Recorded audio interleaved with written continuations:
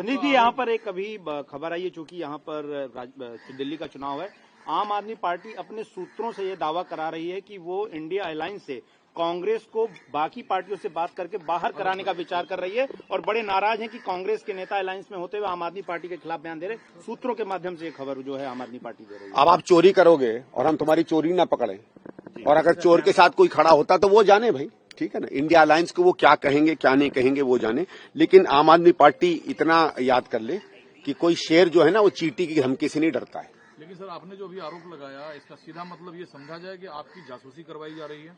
भाई उससे तो यही लगा, नहीं तो पंजाब पुलिस के लोग वहां क्यों घूमेंगे?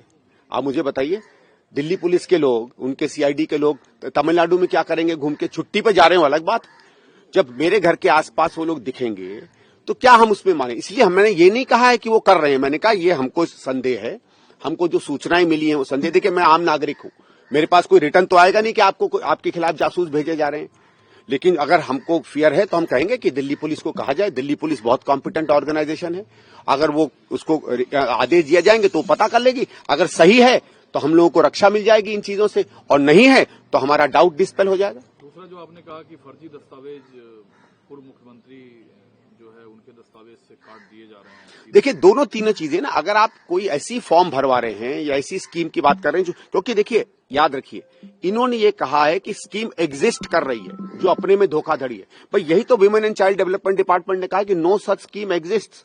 आप ये कहते हैं कि हम करवाएंगे, आप ये कहते हैं कि हम प्रॉमिस कर रहे हैं, कोई दिक्कत नहीं है, हम भी प्रॉमिस करते हैं। भाई पार्टियां तो कहती हैं कि चांद लाके घर में रख देंगे, सबको मालूम है चांद घर नहीं आ सकता, लेकिन ठीक है, झूठ बोलने का हिंदुस्तान की राजनीति में कोई सजा नहीं है, फरेब की है, फरेब अलाउड नहीं है।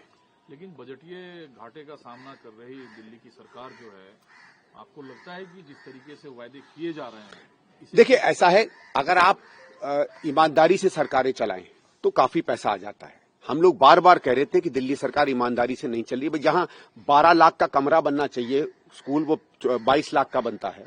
जहां 14-14 लाख में डीपीआर बन जाता है, सैंक्शन हो जाता है एसटीपी, वो 19 लाख में अलॉट होता है। तो ये धांधली तो चली रही है ना।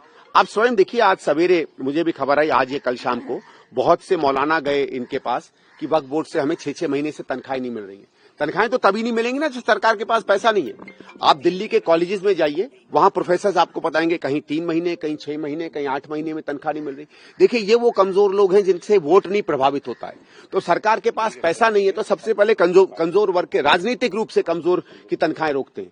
और अगर इसी तरीके से सरकार चली और कहीं गलती से आम आदमी पार्टी की सरकार आ गई तो 2-1 साल में वही हाल होगा जो उन राज्यों में होता है जहां सब कुछ चौपट हो गया कि ना तनख्वाहें बटेंगी, ना विकास का कोई काम होगा। ठीक है, 2-4 कल्याणकारी स्कीमें वो चलती रहेंगी क्योंकि उससे वोट मिल रहा है, लेकिन फिर वोट की सरकार चलेगी, काम की सरकार नहीं चलेगी।